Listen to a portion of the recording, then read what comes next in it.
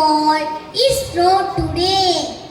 Under my guidance, the first Indian rocket was launched from Tumba in Kerala 1963. It was a small beginning but a big dream. Later, I helped to launch India's first satellite, Aryabhatta.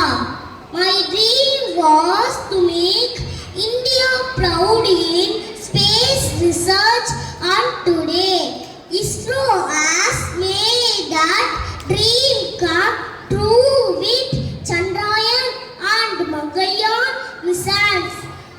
I may not be alive today, but my dream continues in every Indian scientist who looks up the sky with hope.